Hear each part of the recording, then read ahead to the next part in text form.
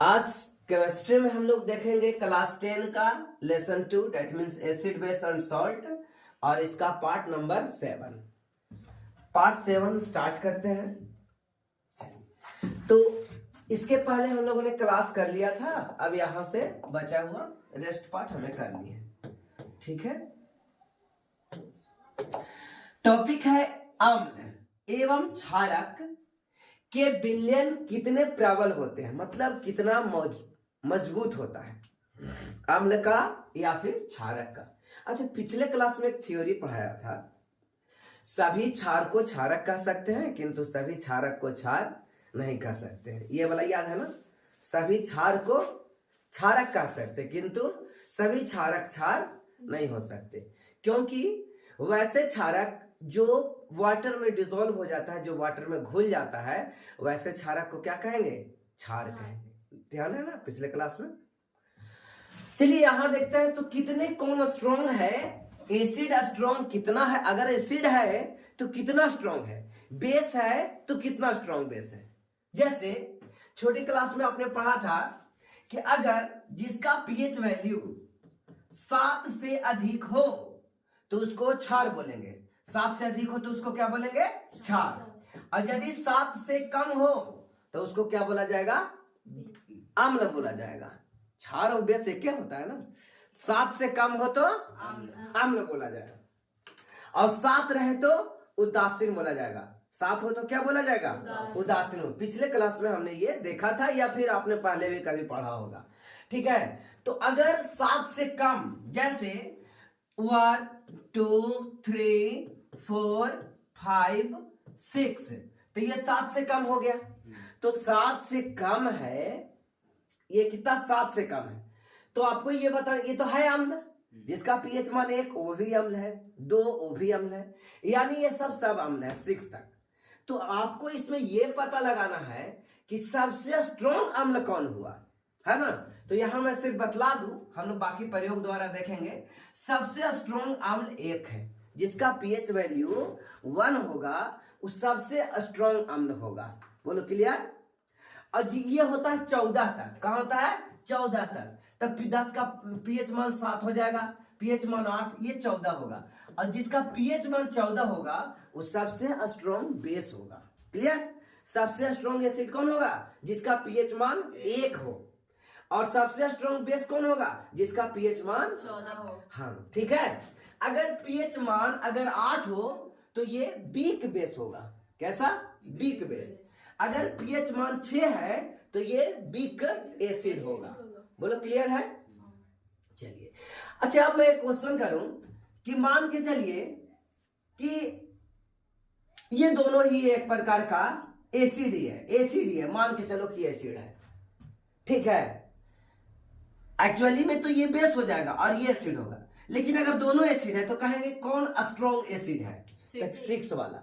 और the big base कौन है? बिग बिग एसिड कौन है? तो 8 वाला। ठीक है, तो ऐसे हम कह सकते हैं कि जैसे 1 से लेकर के 14 तक अगर आ जाए तो एसिड धीरे धीरे उसकी पावर, एसिड की शक्ति क्या होती है? धीरे धीरे घटते जाता है। और बेस में क्या होता है? यहां के बाद धीरे धीरे बढ़ते जाता है। ऐसे याद रखना है। इधर होता है बेस, इधर बढ़ रहा है। जैसे ये 7 हो गया बेटे, ये 6 हो गया, 5 हो गया, 4 हो गया, 3 हो गया, 2 हो गया, 1 हो गया। तो इधर क्या हो रहा है? एसिड की पावर बढ़ रहा है, एसिड की पावर, एसिड की पावर बढ़ रहा है ना। और इधर क्या होगा? जैसे 8 9 10 11 एंड सो ऑन 14 तक। तो बताइए इधर बेस के पावर, हाँ बेस के पावर, पावर माने शक्ति, शक्ति मतलब स्ट्रॉन्ग, प्रबल। तो इधर कहेंगे बढ़ रहा है। तो इधर भी बढ़ रहा है और इधर बढ़ रहा है। समझ में आ गया? ये आपको याद रहेगा। तो कहता है हम जानते हैं कि अम्ल क्षारक के सूचकों का उपयोग करके अम्ल और क्षारक में अंतर प्रदर्शित किया जा सकता है। जैसे पिछले अध्याय में हमने हाइड्रोजन आयन अथवा हाइड्रोक्साइड आयन की विलयनों की सांद्रता कम होना तथा तनुकरण के बारे में पढ़ा था। याद है पिछले क्लास में तनु किया गया था उसको डाइल्यूट। और डाइल्यूट करने का प्रोसीजर क्या था कि अम्ल में क्या मिलाना है? जल मिलाना है कि जल में अम्ल मिलाना है? जल में अम्ल मिलाएंगे तो वो क्या हो जाएगा? तनुकृत हो जाएगा। क्या हो जाएगा? तनुकृत हो जाएगा। अब ये हाइड्रोजन आयन और हाइड्रोक्साइड आयन दोनों को मिला दोगे तो ये वाटर बनेगा। ठीक है, तो हाइड्रोजन आयन का सांद्रण, सांद्रण मतलब कितना मजबूत है। जैसे सांद्रण कॉन्सेंट्रेशन, आपको पता है कि इस प्रकार से विलयन होता है दो प्रकार का, एक होता है सांद्र विलयन, एक क्या होता है बच्चों? सांद्र विलयन यानी कौन एसिड, और दूसरा होता है तनु विलयन यानी डाइल्यूट एसिड। याद है ना, एक सांद्र विलयन कहलाएगा और एक तनु विलयन कहलाएगा। बोलो क्लियर है? एक सांद्र विलयन कहलाएगा और एक तनु विलयन कहलाएगा। समझ में आ रहा है ना? तो सांद्र विलयन में क्या है कि इसमें पानी की मात्रा नहीं है, ये एकदम कम के ना के बराबर है, तो इसको सांद्र बोल दिए। धीरे धीरे उसमें पानी मिलाते जाएंगे तो वो क्या होते जाएगा? तनु होते जाएगा। तो ये बताना है कि हाइड्रोजन आयन का सांद्रण कितना है। अगर ये पता चल जाए तो पता चल जाएगा कि कितना स्ट्रॉन्ग एसिड है। और बेस के लिए क्या था बच्चों? हाइड्रोक्साइड आयन का सांद्रण। अगर ये पता चल जाए तो हम पता कर सकते हैं कि कितना ज्यादा। अब इससे पीएच निकाला जाता है। क्या निकाला जाता है? पावर ऑफ हाइड्रोजन, जिसका खोज किसने किया था? पीएच स्केल का सोरेनसन ने, है ना। पीएच मापदंड का खोज सोरेनसन ने किया था। किसने किया था बच्चों? सोरेनसन। याद रहेगा ना, पीएच मापदंड का खोज सोरेनसन के द्वारा किया गया। किसके द्वारा किया गया? सोरेनसन के द्वारा। और ये हो जाएगा पीओएच। पीओएच इसका एक फॉर्मूला होता है निकालने का। क्या होता है? होता है पीएच बराबर minus log concentration of hydrogen ion. क्या होता है? माइनस लॉग, है ना, पीएच बराबर minus log concentration of hydrogen ion, यानी हाइड्रोजन आयन का सांद्रण। तो इसी तो हाइड्रोजन आयन का सांद्रण करा। अगर हम ये निकाले पीओएच, अगर आपको हाइड्रोक्साइड आयन का सांद्रण पता करना है बच्चे, किसका? हाइड्रोक्साइड आयन का, तो कहेंगे minus log concentration of hydroxide ion. ठीक है बच्चे। और देखा जाए एक और फॉर्मूला आएगा कि concentration of hydrogen ion into concentration of hydroxide ion का 10 के पावर, ये 14 के बराबर होता है। 10 के पावर माइनस 14 के बराबर होता है। कितना के बराबर होता है? 10 के पावर माइनस 14 के बराबर। यानी हाइड्रोजन आयन का सांद्रण और हाइड्रोक्साइड आयन का सांद्रण का गुणनफल कितना होता है? तो 10 के पावर माइनस 14। ठीक है, याद रहेगा। आपको ये न्यूमेरिकल फॉर्म में ना पूछ करके, हर थ्योरी के फॉर्म में पूछ सकता है कि हाइड्रोजन आयन का सांद्रण और हाइड्रोक्साइड आयन का सांद्रण का गुणनफल क्या होता है? तो 10 के पावर माइनस 14 होता है। ठीक है बच्चे। कभी कभी ये भी आ सकता है पावर पीएच प्लस पीओएच बराबर 14, तो ये भी फॉर्मूला आपका सही होगा। ठीक है, क्या? पीएच पावर ऑफ हाइड्रोजन और पीएच पावर ऑफ हाइड्रोक्साइड बराबर हो जाएगा किसके? 14 के बराबर। ठीक है। अब हम लोग इससे जानना चाहेंगे कि कैसे, अगर आपके सांद्रण दिया हुआ है हाइड्रोजन आयन का, ठीक है, तो आप कैसे निकाल पाओगे पीएच? वो कितना पीएच होगा, है ना, पावर ऑफ हाइड्रोजन कितना होगा। चलो इसमें हम लोग देखते हैं, डिटेल्स खोजते हैं क्या क्या यहाँ पे दिया हुआ है।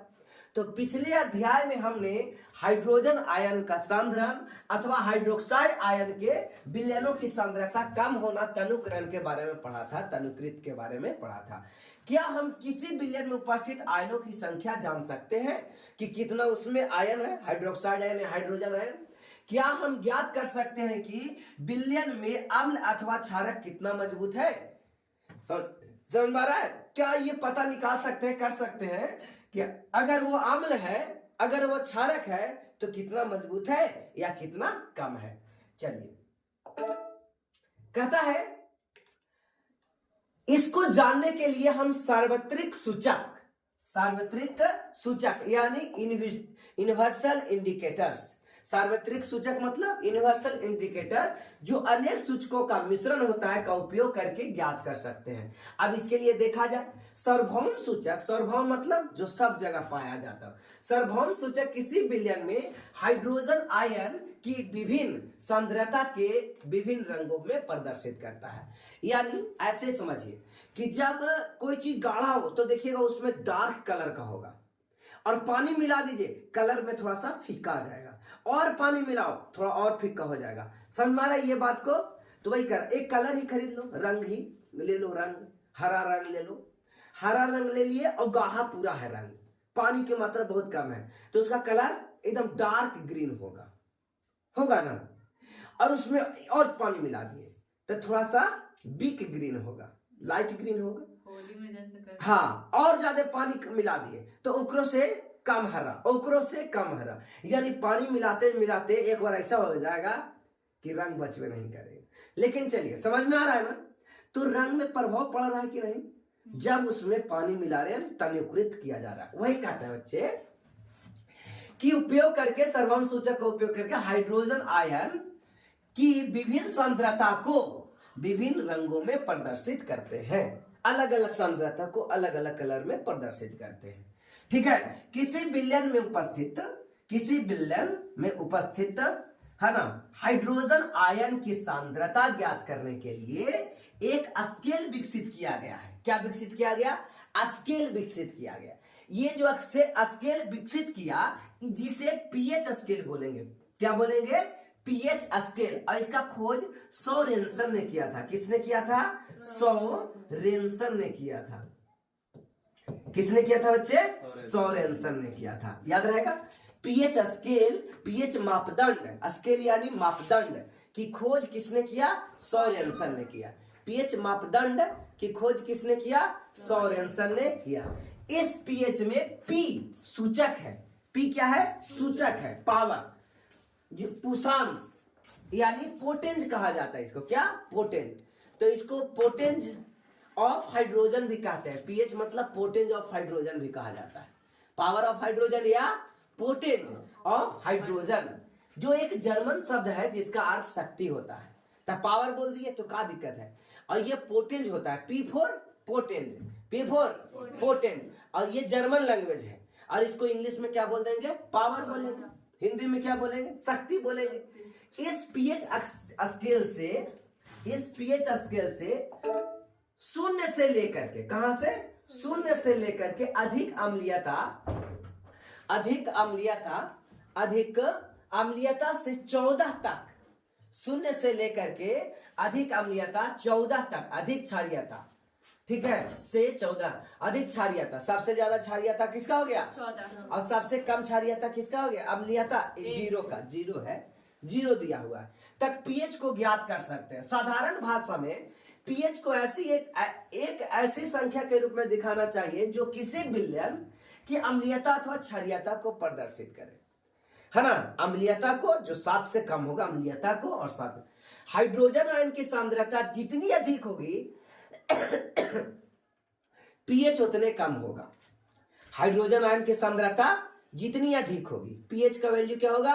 उतना ही कम होगा। तो ये आप लाइन को नोट कर लेंगे। ठीक है बच्चे, ये लाइन को नोट कर लेंगे। क्या लाइन मिला? कि हाइड्रोजन आयन की सांद्रता जितनी अधिक होगी, हाइड्रोजन आयन की सांद्रता जितनी अधिक होगी पीएच उतना ही कम होगा।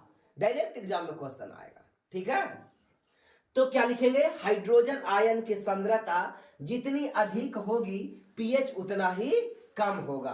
पीएच क्या होगा? उतना ही कम होगा। बोलो, क्लियर है? आइए नेक्स्ट पॉइंट। किसी भी उदासीन विलयन का पीएच मान 7 होगा। ये भी आप राइट डाउन कर लेंगे। किसी भी उदासीन विलयन का पीएच मान, है ना, कितना होगा?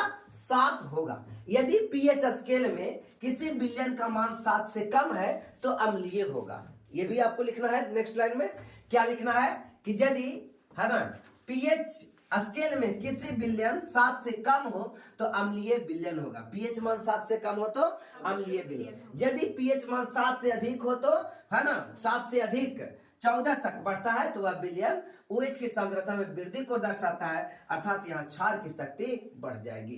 किसकी शक्ति? क्षार की शक्ति बढ़ जाएगी। सामान्यतः पीएच सार्वत्रिक सूचक अंतर्भारित पेपर के द्वारा ज्ञात किया जाता है। तो एक पेपर के द्वारा ज्ञात किया जाता है। चलिए, तो आपने ये छोटा सा लाइन लिख लिया होगा। एसिड 7 से कम रहेगा तो एसिड होगा, 7 से अधिक रहेगा तो बेस होगा, है ना। आइए अब इस प्रकार से कलर को डिसमैच करते हुए देखते हैं कि पीएच सबसे डार्क कलर यहाँ पे नजर आ रहा है ना, ये सबसे स्ट्रॉन्ग होगा। जिसका 0 होगा वो सबसे स्ट्रॉन्ग होगा। 0 होगा वो सबसे क्या होगा? स्ट्रॉन्ग होगा। 7 होगा वो उदासीन होगा, और 14 तक जाएगा। देखिए दिया हुआ है ना, ये लाइन को आप राइट डाउन कर लेंगे, कॉपी में उतार लेंगे। हाइड्रोजन आयन की सांद्रता में वृद्धि, इधर तो बढ़ती हुई अम्लीय प्रकृति, तो इधर बढ़ रहा है। और ये क्या है? हाइड्रोजन आयन की सांद्रता में कमी, इधर कमी हो रही है तो बढ़ती हुई क्षार की प्रकृति, बढ़ती हुई क्षार की प्रकृति। समझ में आ रहे बच्चे? अब इस प्रकार से हाइड्रोजन आयन और हाइड्रोक्साइड आयन की सांद्रता में पीएच की विभिन्नता, तो हम लोग पिछले अभी जो यहाँ पे लिखे थे कुछ वर्ड्स, उस वर्ड्स को आप राइट डाउन कर ही लेंगे। क्या था कि अगर पीएच निकालना है, क्या निकालना है? अगर, अरे दीदी नहीं आई रे, अगर पीएच निकालना है तो minus log concentration of hydrogen ion, pOH निकालना है तो minus log concentration of hydroxide ion. ठीक है, इस प्रकार से हाइड्रोजन आयन का सांद्रण हाइड्रोक्साइड आयन का सांद्रण के 10 के पावर -14 के बराबर होगा, और पीएच और पीओएच ये 14 होगा। ठीक है, तो डायरेक्ट ये सब आप याद रखेंगे, ये हाई लेवल थ्योरी बन रही है। ठीक है ना, कि आपको कभी कोई दिक्कत नहीं आएगा, यहां से ज्यादा क्वेश्चन नहीं आएगा, हम बहुत हद तक आगे ही बता देते हैं। आइए अब कुछ देखना चाहते हैं यहाँ पे पीएच की एक्टिविटी 2.11, एक्टिविटी 2.11 कहता है क्रियाकलाप 2.11 में दी गई सारणी में 2.2 में, सारणी का नाम है 2.2, बिलियन का पीएच मानों की जांच कीजिए। अपने परीक्षण में लिखिए, अपने परीक्षणों के आधार पर प्रत्येक पदार्थ की प्रकृति को बतलाने की कोशिश करिए। जैसे देखो बच्चे, देखो जैसे लार का पीएच मान कितना होता है, इसका लार का खाना खाने के पहले देखना है। खाना खाने के पहले लार का पीएच मान, उसका कलर क्या होगा और उसका पीएच मान क्या होगा। अब प्रकृति पता लगाना है कि अम्ल है कि क्षार है कि उदासीन है। लार सालिवा, इसका खाने के बाद पीएच वैल्यू क्या होगा उसके बारे में। नींबू का रस, इसका पीएच मान क्या होगा। रंगहीन वातित पेय, वातित पेय मतलब हो गया कोल्ड ड्रिंक, ठीक है ना, उसका क्या है। गाजर का रस क्या है, कॉफी का, टमाटर का रस, नल का जल, और एक एम में एक एम का मतलब है बेटा यहाँ पे मोलरता। एम का मतलब क्या है, मोलरता। अभी देखिए इस बात की चर्चा इसमें दम नहीं किया है, अब इसको समझा कैसे जाए। मोलरता है, अब ये मोलरता क्या है, मोलरता एक वर्ड है, मोलरता, मोलरता इंग्लिश में बोलते हैं मोलारिटी। क्या बोलेंगे, मोलारिटी। और कहीं कहीं आपको अगर छोटा एम मिलेगा बच्चे, छोटा एम, ठीक है, तो ये होगा मोलालता। क्या हो जाएगा, मोलालता। क्या होगा बच्चे, मोलालता, ठीक है। और इंग्लिश में बोलते हैं मोलालिटी, मोलालिटी। तो एक हो गया मोलरता, मोलर। एक और रहेगा नॉर्मलता। क्या रहेगा, नॉर्मलता। इंग्लिश में बोला जाता है नॉर्मलिटी।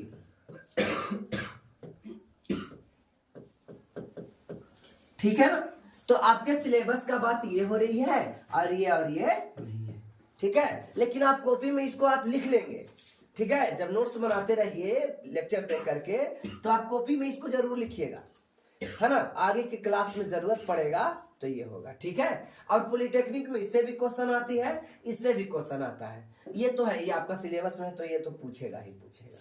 ठीक है ना बच्चे, आगे देखा जाए तो ये मोलरता क्या चीज है, ये मोलरता क्या चीज है इसके लिए देखिए। मोलरता होता है कि अगर कोई 1 लीटर वाटर में मोलों की संख्या, ठीक है, 1 लीटर वाटर में मोलों की संख्या और कितना उसका वॉल्यूम है, टोटल वॉल्यूम, आयतन, ठीक है ना, वेट ऑफ सॉल्यूट और वॉल्यूम ऑफ सॉल्यूशन, समझा, गुने 1000 करेंगे तो ये क्या दे देगा, एक मोलरता दे देगा। समझ मारा, एक क्या देगा, मोलरता देगा, है ना। तो 9th क्लास में अगर मोल कॉन्सेप्ट नहीं आपने बनाया तो ये मोलरता आपसे नहीं बनेगा। समझ मारा ना, मोल कॉन्सेप्ट अगर नहीं बनाया तो ये मोलरता नहीं बनेगा। क्लियर है, क्योंकि हमें वेट निकालना है ना। सॉरी गलत हो गई यार, वेट नहीं, मोल निकालना है, मोल ऑफ सोल्यूट, ये सही है, मोल ऑफ सोल्यूट बटे वॉल्यूम ऑफ सॉल्यूशन, है ना। इसमें एक है, ये ml में रहेगा, मिलीलीटर में 1000 से गुना कर देंगे, समझे ना, कितना से गुना कर देंगे, 1000 से ये गुना कर देंगे। समझ मारा, कितना से गुना करेंगे, 1000 से गुना, तो एक मोलरता निकल जाएगा। ओके, अब इसका यूनिट क्या होता है बच्चे, यूनिट होता है, ऊपर वाला का यूनिट क्या होगा बोलो, इसका यूनिट हो गया मोल और इस नीचे का यूनिट हो गया लीटर। तो मोल प्रति लीटर को, मोल प्रति लीटर को मोलरता कहा जाता है। क्या कहा जाता है, मोलरता। ठीक है, मोलरता। तो आपके एग्जाम के लिए ये लाइन इंपॉर्टेंट हुआ, है ना। ये तो किसी खास एग्जाम के लिए है, कंपटीशन एग्जाम के लिए है ना, जो 10th बेस्ड एग्जाम होते हैं उसके लिए। लेकिन ये आपके 10th एग्जाम के लिए जो बोर्ड एग्जाम है ना, पूछेगा मोलरता का यूनिट, या कहीं कहीं एक एम जो लिखा है बच्चे, एक एम, इसका यूनिट क्या होगा, तो मोल प्रति लीटर, मोल प्रति लीटर। ठीक है, इसको आप नोट कर लेंगे, मोल प्रति लीटर किसका यूनिट हो गया, मोलरता का यूनिट हो गया मोल प्रति लीटर। मोलरता का यूनिट क्या हो गया, मोल प्रति लीटर। ठीक है, तो एक मोलरता, एक एम, यहाँ पे आप मेगा नहीं पढ़ दीजिएगा, है ना। अगर ना बताए होते तो आई होप कि आप इसको मेगा ही पढ़ देते। 1 मेगा मतलब 10 के पावर 6, है ना, 1 मेगा 10 के पावर 6, तो ये मेगा नहीं है बच्चे, क्या है, ये मोलरता है। ठीक है, ये क्या है, मोलरता है ना।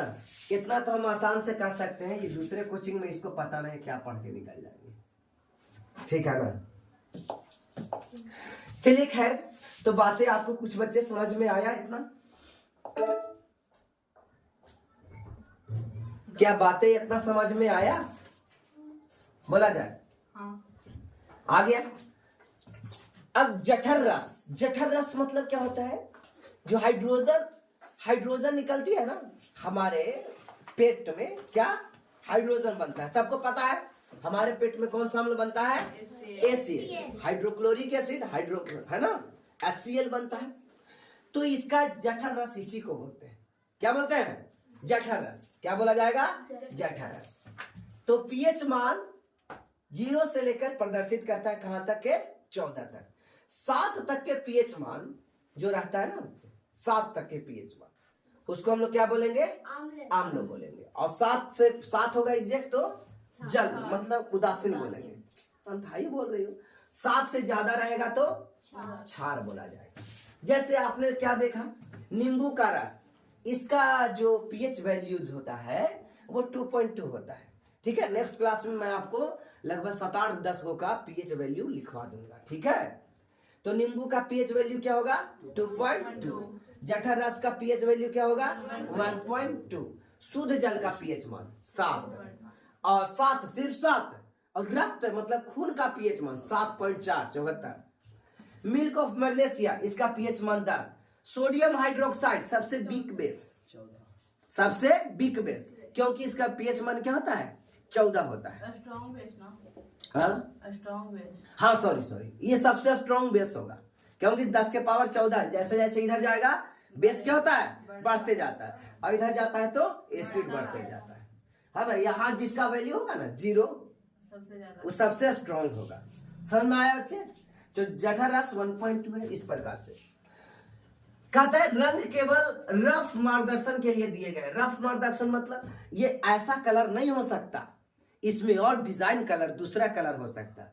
शायद ये ब्लैक एंड व्हाइट हमारा जो पेज है उसके वजह से ये ऐसा डार्क और डार्कनेस करके दे दिया है, हो सकता है दूसरे कलर में होता है, इसीलिए लिख दिया है कि पीएच को पीएच पत्र पर, ये पीएच पत्र है, पीएच पेपर है, ठीक है, इस पीएच पेपर पर दिखाया गया है रंग केवल रफ मार्गदर्शन के लिए, मतलब सिर्फ ऐसे ही समझने के लिए, एक्चुअली में कोई ऐसा कलर नहीं होता है। क्लियर है बच्चे? आई होप आपको इतना समझ में आ गया होगा। आइए आगे देखते हैं।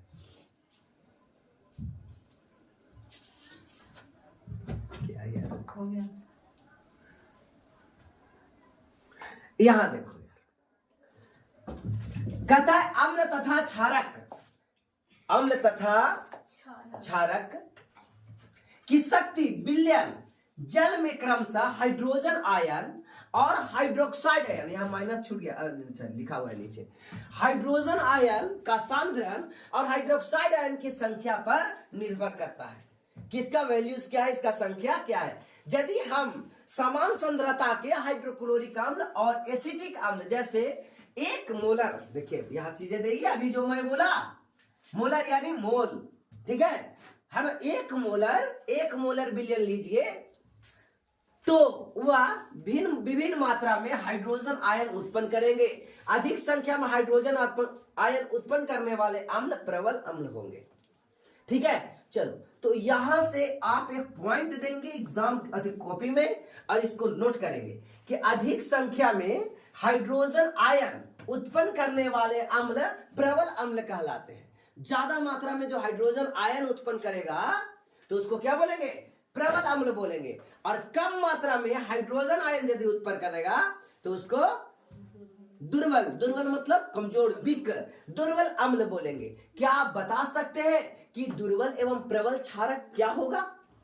तो कहेंगे हाइड्रोक्साइड आयन पर अगर जाएगा तो ज्यादा मात्रा में हाइड्रोक्साइड अगर उत्पन्न होता है तो हम उसको क्या बोलेंगे, प्रबल अम्ल बोलेंगे। उल्टी बात हो गई वहां पे, ठीक है, क्योंकि 10 के पावर 14 वाला होता है ना सबसे बड़ा, ठीक है, तो इस वजह से जिसमें हाइड्रोक्साइड आयन की संख्या सबसे ज्यादा होगी उसको हम प्रबल क्षारक कहेंगे, और जिसमें हाइड्रोक्साइड आयन कम मात्रा में होगा उसको दुर्बल क्षारक कहेंगे।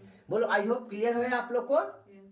आगे देखा जाए, आगे क्या कहता है बच्चे, दैनिक जीवन में पीएच महत्व है। दैनिक जीवन में पीएच का क्या वैल्यूज है, यानी पोटेंस हाइड्रोजन, पोटेंस हाइड्रोजन, पोटेंज हाइड्रोजन, पोटेंज मतलब क्या था, पावर, पावर यानी शक्ति। पोटेंज कौन सा लैंग्वेज था, तो पोटेंज जर्मन लैंग्वेज था। क्या था, जर्मन लैंग्वेज। तो पोटेंट हाइड्रोजन का महत्व, पीएच का महत्व, इसका खोज किसने किया था, सोरेनसन ने किया था। किसने किया था, सोरेनसन। सोरेनसन जर्मनी के रहने वाला व्यक्ति था। सोरेनसन किसके, कहां के रहने वाला, जर्मनी, है ना। ये बहुत बढ़िया चीज खोजा कि कौन एसिड है तो एसिड में कितना स्ट्रॉन्ग एसिड है, और बेस है तो कितना स्ट्रॉन्ग बेस है, क्योंकि स्ट्रॉन्ग एसिड और स्ट्रॉन्ग बेस में दोनों में अंतर हो सकता है। एक एसिड स्ट्रॉन्ग एसिड रहेगा तो महंगा मिलेगा, और वीक एसिड रहेगा तो सस्ता मिलेगा।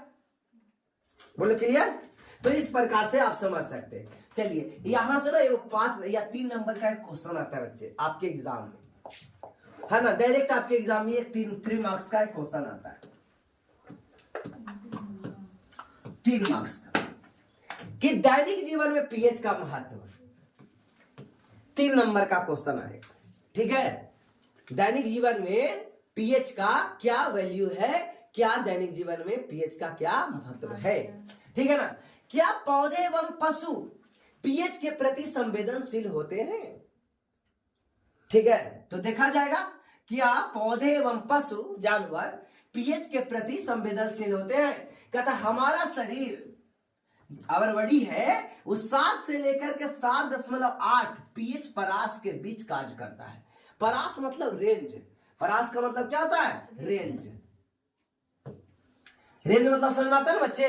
इतना से इतना नहीं कहते, इतना से इतना, तो ये रेंज यानी परास हो गया। क्या बोला गया? परास। तो हमारा शरीर 7.0 से 7.8 पीएच परास के बीच कार्य करता है। ये आपका एक लाइन बना, एक फैक्ट बना कि हमारा शरीर रेंज यानी परास, आप इंग्लिश में रेंज भी लिख सकते हैं। हमारा शरीर का पीएच रेंज क्या है? तो हमारा शरीर का पीएच रेंज 7 से लेकर के 7.8 है। जीवित प्राणी में केवल संकीर्ण पीएच परास यानी परिसर में जीवित रह सकते हैं। यानी जीवित अगर कोई प्राणी है, जी रहा है, तो पीएच इस प्रकार से होना चाहिए। वर्षा के जल का पीएच मान जब 5.6 से कम हो जाती है तो अम्लीय वर्षा कहलाती है। बड़ा खतरनाक फफोला हो जाएगा उससे, है ना? फफोला क्या कितना हो रही है? 5.6 से कम हो जाती है तो अम्लीय वर्षा कहलाती है। तो ये भी क्वेश्चन 1 नंबर में आता है, ये क्या 2 नंबर में। ठीक है बच्चे, कि अम्लीय वर्षा क्या होता है? अम्लीय वर्षा आपके एग्जाम में आएगा क्वेश्चन कि अम्लीय वर्षा क्या कहलाती है, किसे कहते हैं अम्लीय वर्षा से आप क्या समझते हैं? तो कहेंगे वर्षा के जल की पीएच मान जब 5.6 से कम हो जाए, ये लाइन लिखना है बेटे, और कोई लिख देगा 7 से कम हो जाए, है ना? ये लिखा 7 से कम और ये लिखा 5 दोनों सही है एक प्रकार से, लेकिन ज्यादा एग्जैक्ट सही किसका है? सटीक सही किसका है? 5.6। ठीक है ना? एनसीईआरटी का लाइन है ना। तो वर्षा के जल का पीएच मान 5.6 से कम हो जाती है तो उसे अम्लीय वर्षा कहते हैं। यहां से क्वेश्चन निकल करके आपके सामने आया कि अम्लीय वर्षा किसे कहते हैं। ठीक है, 2 नंबर का ये क्वेश्चन। अम्लीय और भारी तो है नहीं, है ना? खाली एगो डेटा याद करना है, एगो खाली लिख दे 7 से कम होता है और एगो लिखे 5.6 से कम होता है, दोनों में अंतर आ जाएगा। अम्लीय वर्षा का जल जब नदी में प्रवाहित होता है तो नदी के जल का पीएच मान कम हो जाता है। पीएच मान क्या होगा? कम हो जाता है। ऐसी नदी में जलीय जीवधारियों की उतरजीवता कठिन हो जाती है। बताइए, एसिडिटी ज्यादा, एसिड बढ़ जाएगा उसमें, अब जब मछली जिंदा उतना रह पाएगा, है ना? तो उसके लिए थोड़ा मुश्किल पड़ेगा, क्योंकि उसमें वाटर की संख्या भी ज्यादा है तो मैं भी वो न्यूट्रलाइज करना चाहेगा, लेकिन फिर भी तो एसिडे रहेगा ना। आइए क्या आप जानते हैं? चलो क्या जानते हैं? दूसरे ग्रहों में अम्ल पदार्थ शुक्र, जिसको वेनस कहा जाएगा, शुक्र यानी वेनस, शुक्र यानी वेनस का वायुमंडल सल्फ्यूरिक अम्ल के मोटे श्वेत पीले बादलों से बना हुआ है। कितना इंपॉर्टेंट बात है, ये बातें समझ में आ रहा है? ये बातें समझ में आ रहा है बच्चे कि शुक्र ग्रह जिसको वेनस बोला जाता है, उस पर जो बादल होता है ना, क्लाउड, ये सल्फ्यूरिक एसिड का क्लाउड बना हुआ है। और किस कलर का? पीला और श्वेत कलर का। किस कलर का बच्चे? पीला और श्वेत कलर का बना हुआ है। क्या आपको लगता है कि इस ग्रह पर जीवन संभव है ना? तो संभव नहीं है। इसका पीएच मान इतना ज्यादा होगा सल्फ्यूरिक एसिड का, जिसके चलते क्या होगा कि जब आपके शरीर पर ये पड़ेगा तो फफोले उत्पन्न होगा। क्या उत्पन्न होगा? सर ऊपर आ गए हैं, एक बच्चे जाकर देखना। ठीक है, वेनस यानी शुक्र ग्रह का वायुमंडल सल्फ्यूरिक अम्ल के मोटे श्वेत एवं पीला बादलों से बना है। क्या आपको लगता है? तो संभव नहीं है। ऐसे भी सूर्य पर जिंदगी संभव नहीं है। कारण क्या है? कार्बन डाइऑक्साइड की मात्रा बहुत ज्यादा है, और जब कार्बन डाइऑक्साइड की मात्रा बहुत ज्यादा होती है तो क्या होता है? टेम्परेचर बढ़ जाता है, और वहां का टेम्परेचर, सबसे गर्म ग्रह बुध नहीं है ना? बहुत लोग को तो लगता है कि सूर्य के नजदीक ग्रह बुध है, तो आंसर हो जाएगा बुध, लेकिन शुक्र है। कारण क्या है? Carbon dioxide. अच्छा, कार्बन डाइऑक्साइड बढ़ जाने से टेम्परेचर कैसे बढ़ गया?